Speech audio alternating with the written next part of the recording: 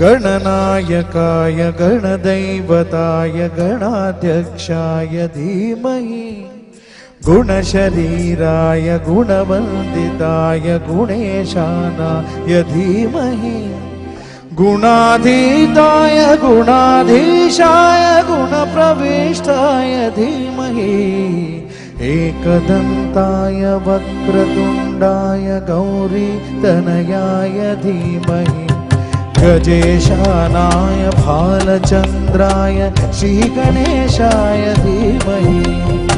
एकदन्ताय वक्रतुण्डाय गौरीतनयाय धीमहि